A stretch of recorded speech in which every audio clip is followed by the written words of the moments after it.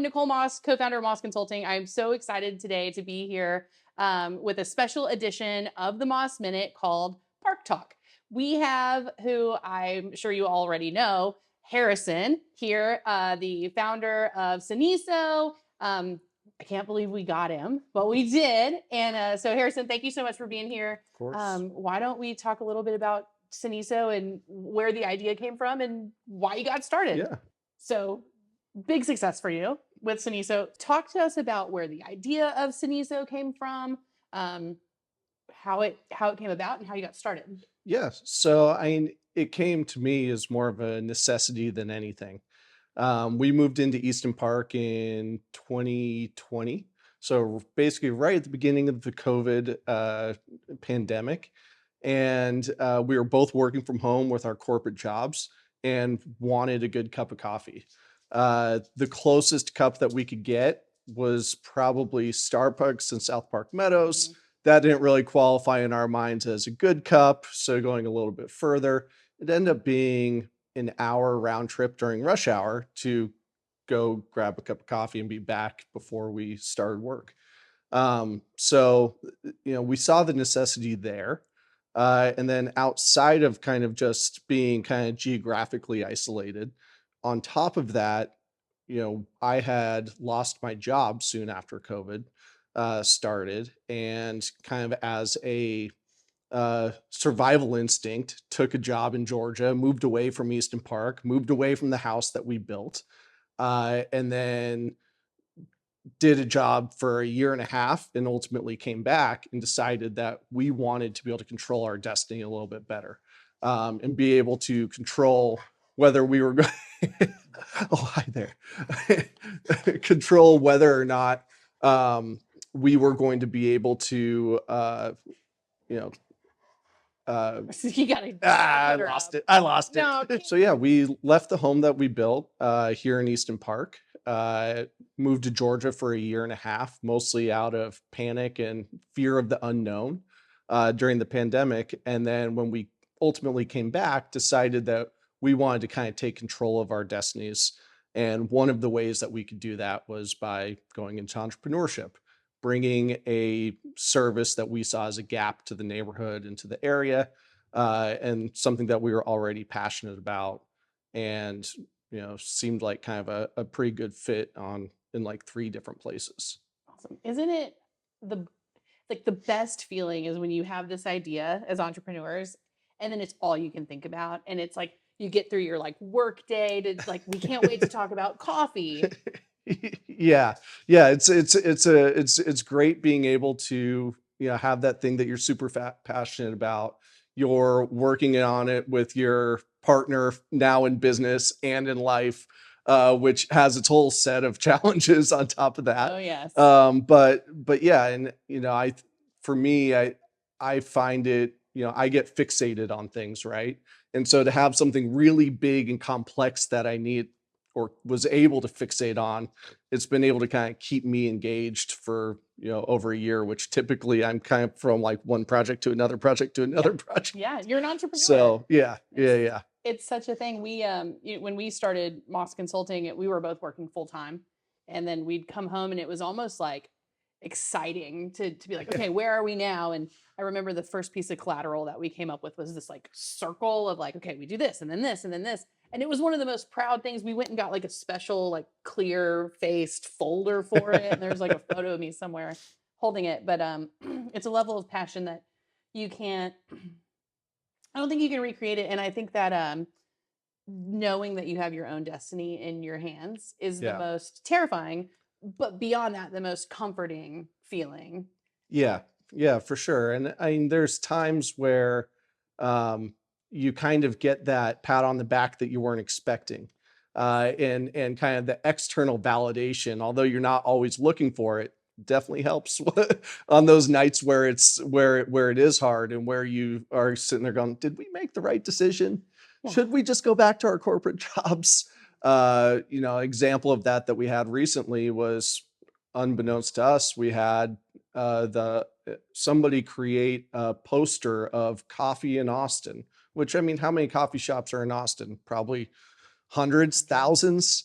and we're one of the 40 that were on this Oh, poster. I mean, cool. so that was pretty cool, right? Yeah. It's things like that that you get kind of that external validation. You go, okay, maybe we are onto something, Yeah. right? Yeah. No, it's scary. It's definitely scary. And then you mentioned working with your business partner who also happens to be your spouse life Right. partner. It Work never ends. Steve and I talk often about, like, we have to stop talking about work. Like, we have to talk about other stuff. Yeah. And but it's hard because I think that there is a level of passion and there's a level of commitment to one another with the business. It has to work. Right. And it's exciting though. Yeah, and we haven't figured out a great way of completely segregating personal life from work life. It's mostly, I think, a total integration of the two, and knowing that, of course, there's sometimes where we need to be like, all right, don't say the Cenizo word, Yeah.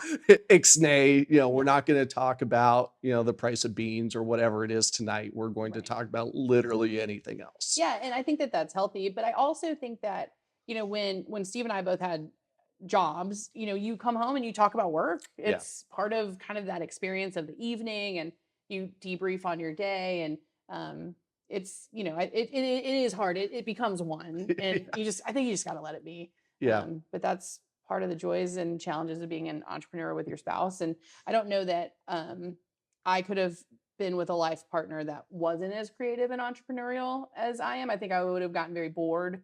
Yeah. And I like a good risk. So Yeah, I think that Nancy and I balance each other out. She's definitely the methodical, let's take our time, let's think, and let's make sure that we're not getting over our skis.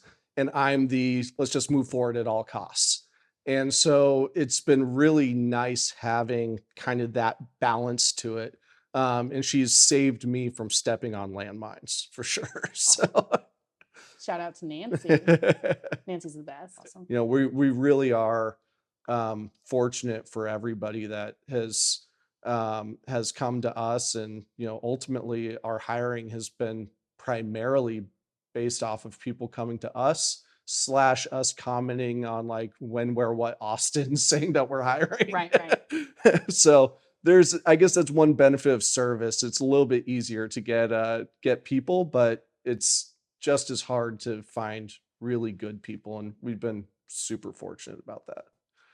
That's awesome. I mean, just from hiring an HR standpoint, when you hiring for like baristas or Yeah. people in the service industry, you typically get, if you go out and say, hey, we need someone, you get tons, right, Yeah. of applicants.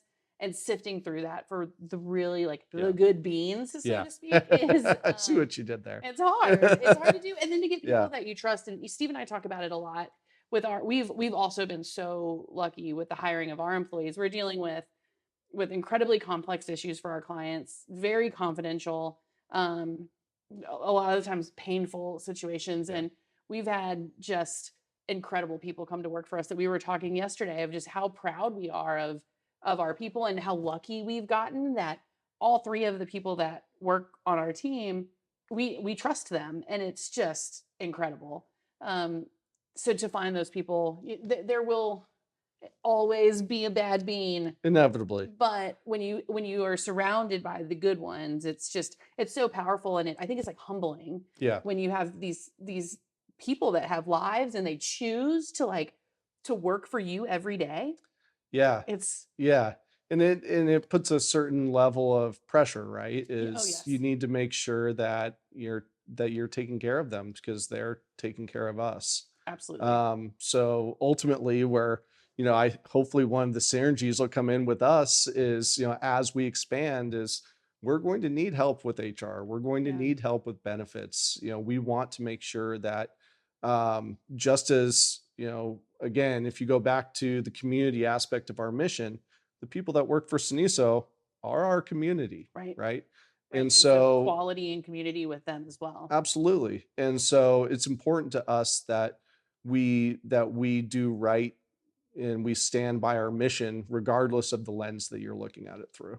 Absolutely. And I think when entrepreneurs see their people like you do, like humbly and just so grateful to have them, um, it is a level of commitment and of absolute dedication to them. And Hmm. we talk about our stresses. Are our people getting paid? Yeah. Do we have enough business to keep paying them? How many more clients do we need to bring on? Um, it's so important. Yeah. And, you look at the service industry, and a lot of times it's a lot of the risk is put onto those hourly employees. Yes. It's become okay to pay the minimum wage for tipped employees of $2 and some change.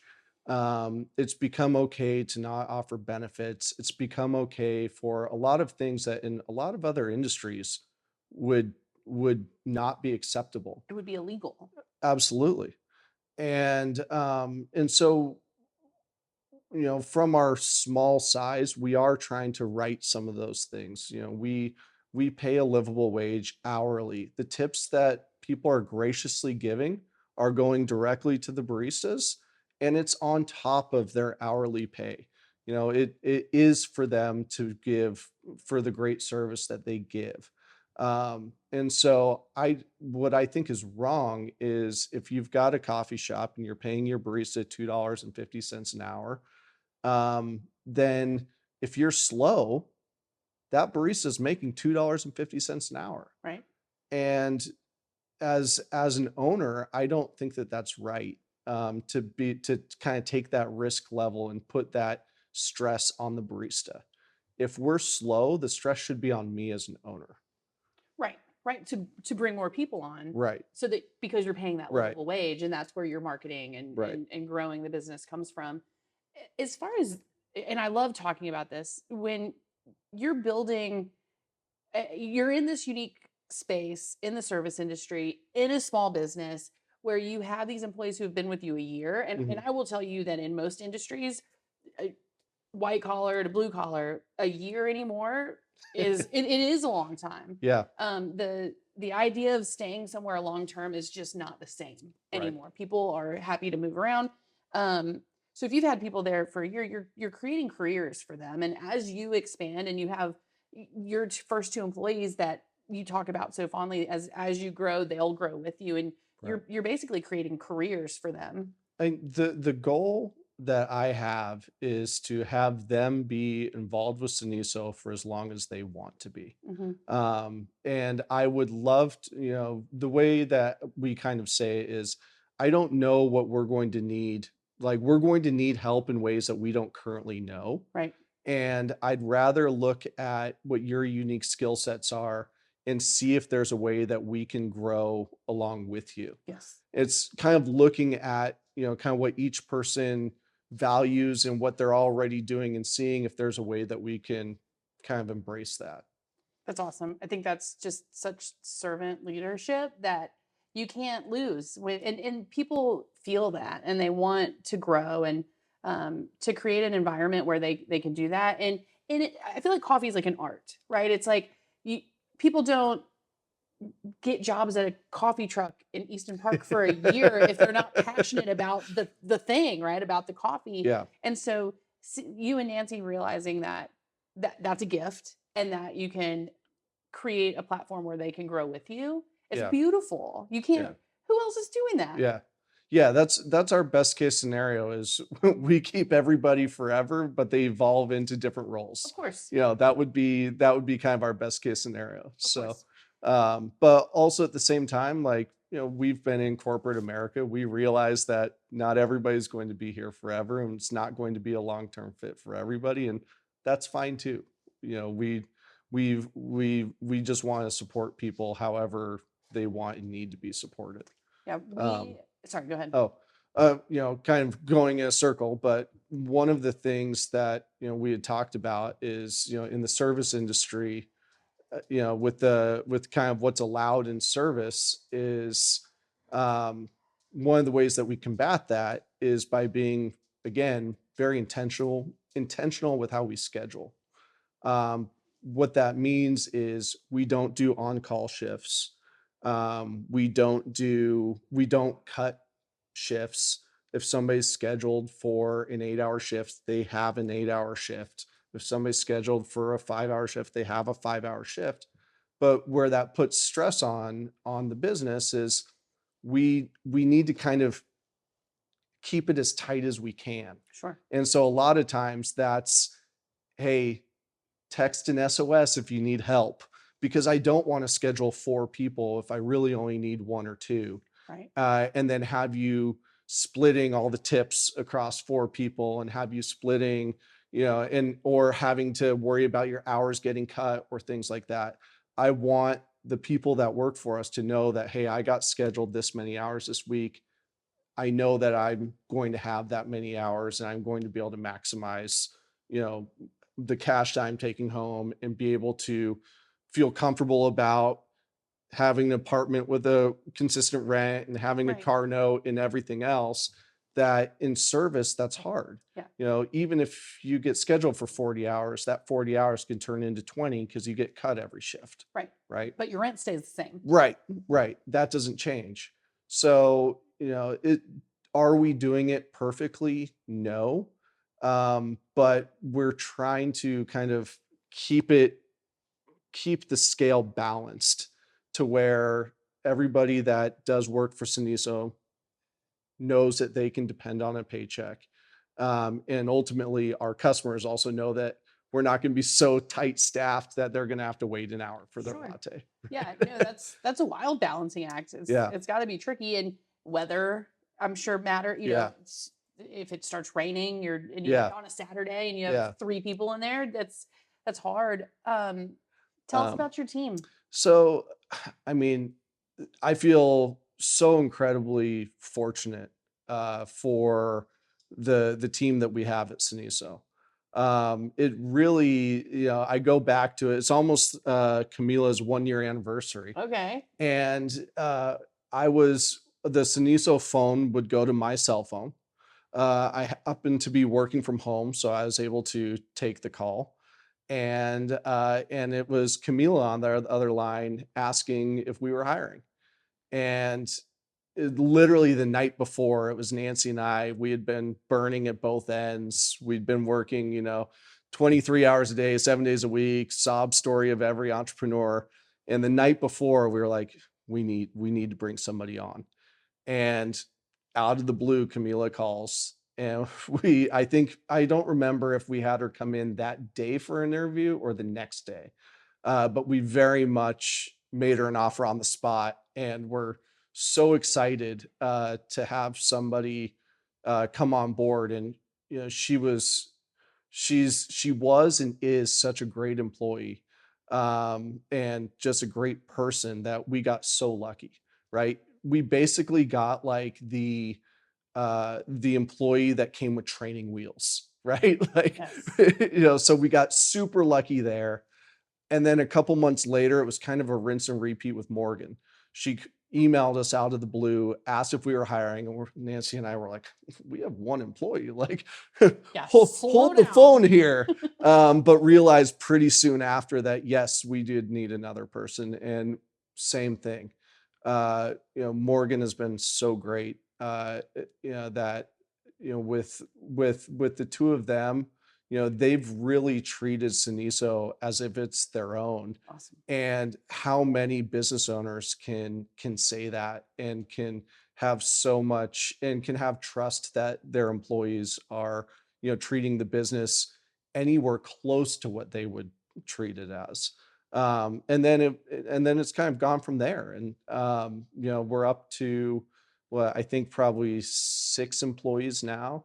And we're going to need to bring more on with location number 2. And so we're excited about it. And, That's awesome. we really are fortunate for everybody that has come to us. And, ultimately our hiring has been primarily based off of people coming to us / us commenting on like when, where, what Austin, saying that we're hiring. Right.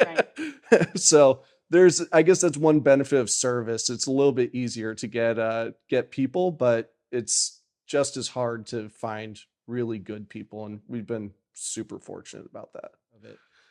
When we wrote out our mission statement, it had a bunch of different words in there, but it came down to community and quality. And that's made it really easy, actually. We thought it was a little bit corny starting a coffee trailer with a mission statement, but it's made it super easy to make decisions. Um, do we pay more for our beans? Yes, but it ticks the quality box and it ticks the community box. Do we make decisions that not every coffee shop would make or not every business would make? Absolutely, because I'm not trying to just maximize profits. I'm trying to maximize our impact on community and maximize our quality. And so, there's there's opportunities that come along every day as entrepreneurs. You have people reach out to you with this offer or to connect here and to do this, or they can reduce your price on beans, or they can get you a better price on this, that, or the other thing. But again, if it doesn't tick one or 99% of the time both those boxes, it's a simple no. So when you order your coffee at Cenizo and then you are waiting on Mhm. the side for it, there's For a not very long though. for a fraction of a minute. There is a word written on the door in your Uh-huh. what word is that? Uh, oh, you put me on the spot. It's Intention? intentionality. Yes.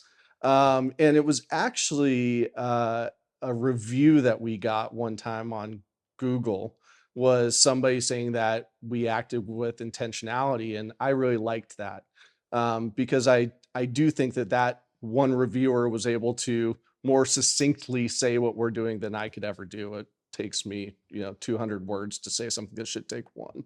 Um, so after that review, we wrote that on the door and kind of the definition of it. And that really is, our goal is to show that we are going after everything with intentionality. It's not an accident that you get, house-made syrups, that you get a house-made horchata, that you get a perfectly extracted espresso. All of those things are what makes Cenizo special. That's awesome. And you can tell.